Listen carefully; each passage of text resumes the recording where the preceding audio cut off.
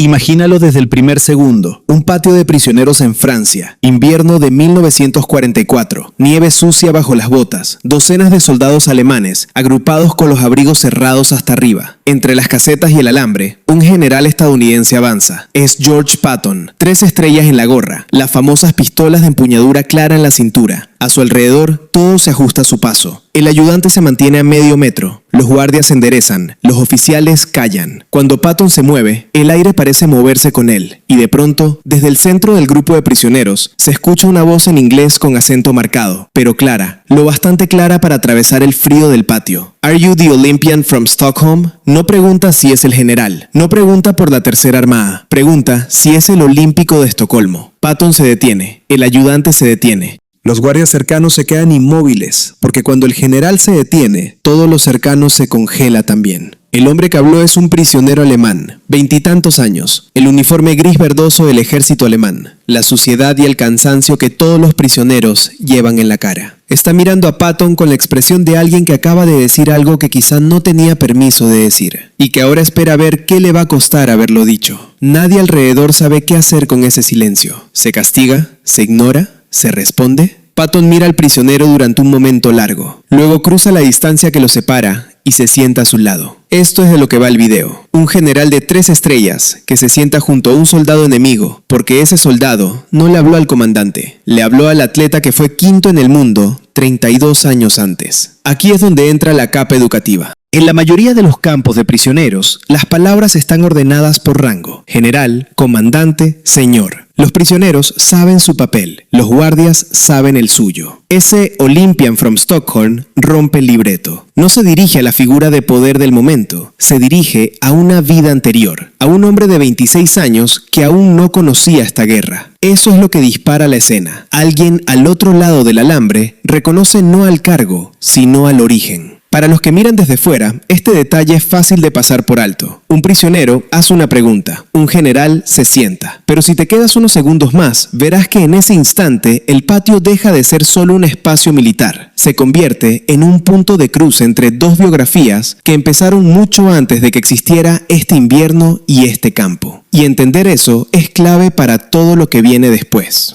Para que esa pregunta en el patio tenga todo su peso, necesitas saber quién era el olímpico de Estocolmo antes de que existiera el general Patton. Retrocedamos a un verano distinto. 1912, Estocolmo, Suecia. Juegos Olímpicos en un mundo que todavía no ha visto la Primera Guerra Mundial. George Patton tiene 26 años, es teniente de caballería del ejército estadounidense y ha logrado clasificarse para una prueba nueva en el programa olímpico, el pentatlón moderno. El pentatlón moderno se había diseñado como el examen perfecto para un soldado atleta. 5 disciplinas pensadas para reflejar lo que un oficial podría necesitar en campaña: tiro con pistola, esgrima, una prueba de natación de 300 metros, salto de obstáculos con un caballo desconocido y una carrera a campo traviesa de 4 kilómetros. La idea venía del propio Pierre de Coubertin, que creía que el ideal del deportista completo estaba en el soldado y quería verlo demostrado en un estadio. Patton llega a Estocolmo como lo que hoy llamaríamos un competidor total. Caballista desde la infancia, tirador obsesivo, esgrimista competitivo. En esgrima queda tercero. En la carrera de fondo atraviesa el terreno sueco con una intensidad que llama la atención de los que miran. En el recorrido de salto con un caballo que no conoce, hace lo que se espera de un oficial de caballería. Controla la situación con precisión. En natación y carrera se mantiene en el grupo que lucha por los primeros puestos. El problema viene en el tiro. Patton está convencido de que sus disparos son tan precisos que deberían situarlo entre los mejores. Pero cuando se publican las puntuaciones, algo no cuadra. Hay agujeros en su diana que los jueces registran como ya estaban ahí o como impactos que han pasado por el mismo agujero y por tanto no cuentan como nuevo acierto. Patton discute. Dice que su agrupación es tan cerrada que varias balas han entrado por el mismo punto y que el reglamento no ha previsto esa posibilidad. Si estaba o no en lo cierto, los registros no lo resuelven del todo. Lo que sí sabemos es esto: termina quinto la clasificación global del pentatlón moderno en esos juegos. No primero, no en el podio, quinto en el mundo. Para un hombre con su nivel de competitividad y su convicción en sus propias capacidades, quinto no es un número que se olvida. Se convierte en parte de su estructura interna, en una historia que cuenta sobre sí mismo. Estuvo a punto, merecía más, no se lo dieron. Aquí está el punto educativo. Cada vida tiene momentos así, lugares donde alguien siente que hizo todo lo posible y aún así, el resultado fue menor de lo que esperaba. Esos momentos no se quedan en el pasado, se convierten en narrativas que acompañan décadas. Patton lleva a Estocolmo encima, igual que lleva sus campañas, como evidencia y como herida. Cuando 30 y tantos años después, un prisionero le pregunta si es el Olímpico de Estocolmo, no está invocando al general, está tocando directamente esa vieja historia de quinto lugar, de dianas discutidas, de reconocimiento incompleto. Y por eso, en el patio de prisioneros, esa palabra consigue detenerlo. Ahora la pregunta es otra. ¿Cómo es posible que un prisionero alemán en un patio francés de 1944 conozca esa historia con ese nivel de detalle? Aquí entra Franz Berger, 29 años, de Múnich, hijo de Otto Berger, un hombre que trabajó durante años en la administración deportiva alemana entre guerras. En la segunda planta de su casa había un despacho lleno de papeles, programas de Juegos Olímpicos, revistas, informes, tablas de resultados desde principios de siglo. Franz creció en ese entorno como otros crecen entre novelas.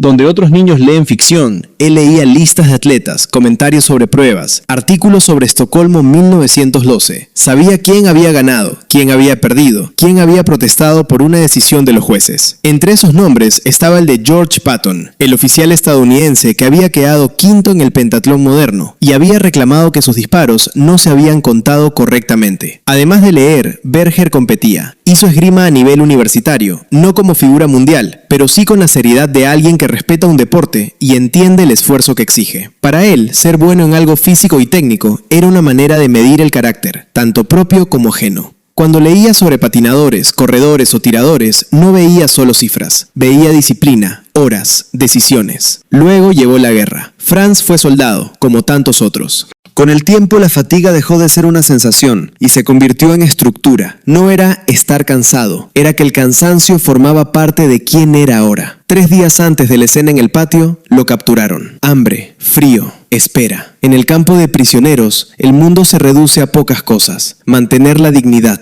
recordar quién eras y no perder completamente el hilo de tu antigua vida. Por eso, cuando ve pasar al general americano, algo en la forma de moverse, en la postura, en esa mezcla de cuerpo entrenado y presencia, le dispara un recuerdo. No es ese es el enemigo, es ese me recuerda una foto en un informe de Estocolmo. Antes de terminar de decidir si debe preguntar, ya ha hablado. ¿Are you the Olympian from Stockholm? Aquí está la capa educativa. La memoria deportiva, la cultura compartida, no desaparecen porque hay guerra. Siguen existiendo en los cerebros y en las casas de gente como Otto Berger y se transmiten a hijos como Franz. Es esa memoria la que permite que en un patio rodeado de alambradas, un prisionero vea en el líder del ejército contrario no solo un general, sino un atleta de 26 años que corrió y tiró en otra época. En otras palabras, el conocimiento que viene de un mundo civil puede en ciertos momentos atravesar las líneas de un conflicto y recordar a todos que, antes de los uniformes, había personas con historias más largas que esta guerra. Volvamos al patio, a ese instante congelado. El general se ha detenido, el prisionero ha hecho la pregunta, y durante unos segundos nadie sabe qué guión seguir. Patton mira a Franz Berger con atención. No es la mirada que dirige a un oficial, ni la que usa en un briefing. Es otra cosa. La palabra Olympian ha tocado una capa de su identidad a la que la guerra no se había dirigido en años. No responde de pie. Cruza la distancia, se acerca al grupo de prisioneros y se sienta a su lado, en el mismo suelo frío que ellos. El ayudante se queda un poco atrás. Los guardias se miran entre sí sin saber si deberían intervenir o fingir que esto es normal. No hay protocolo escrito para el general se sienta junto al prisionero que le reconoce por una competición de hace más de 30 años. La conversación que sigue dura entre 15 y 30 minutos según los relatos. Lo primero que confirma Patton es lo obvio. Sí, fue el hombre de Estocolmo. Modern Pentathlon, 5º lugar, 1912. Y como es Patton, no tarda en llegar al tema que le dolía, el tiro. Habla de la diana, de los agujeros que no se contaron, de la agrupación demasiado cerrada, de su convicción de que los jueces se equivocaron. Berger no está descubriendo nada nuevo. Lo ha leído ya en los documentos de su padre. Sabe que hubo controversia. Sabe que el americano protestó. Y le dice algo que nadie en Estocolmo le dijo de forma clara, que él, como observador de esos datos, también cree que hubo error, que alguien con esa precisión merecía más que un 5º puesto. Un prisionero alemán en 1944, ofreciéndole a Patton lo que no obtuvo plenamente en 1912, reconocimiento. Hablan también del recorrido de cross, del calor del verano sueco, de la esgrima, del salto con caballo desconocido. Dos hombres que, en otro tiempo, se habrían encontrado quizá en una pista, ahora sentados en un campo de prisioneros, reconstruyendo una prueba de un mundo viejo. Alrededor, los demás siguen siendo guardias y prisioneros, pero en ese círculo pequeño, durante unos minutos, las categorías enemigo y comandante se suspenden. Aquí entra la parte educativa importante. El diálogo sobre deporte no es un escape inocente. Es un recordatorio práctico de algo que los conflictos tienden a borrar.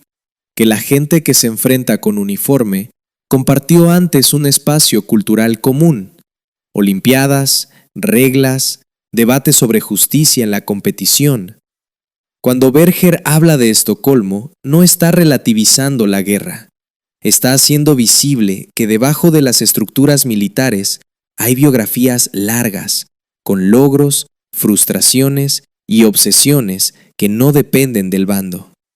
Para quien ve esta escena desde fuera, puede parecer un detalle curioso, pero si lo miras como un estudio de cómo se conecta la gente a través de la memoria, verás que esta conversación es también una especie de puente entre tiempos. Un puente que se construye no con discursos, sino con datos concretos. Metros nadados, kilómetros corridos, puestos obtenidos, discusiones con jueces. Es la forma más simple y más profunda de decir, antes de los disparos, compartíamos otras reglas. 5. Cuando la conversación termina, el mundo del campo vuelve lentamente a su forma habitual.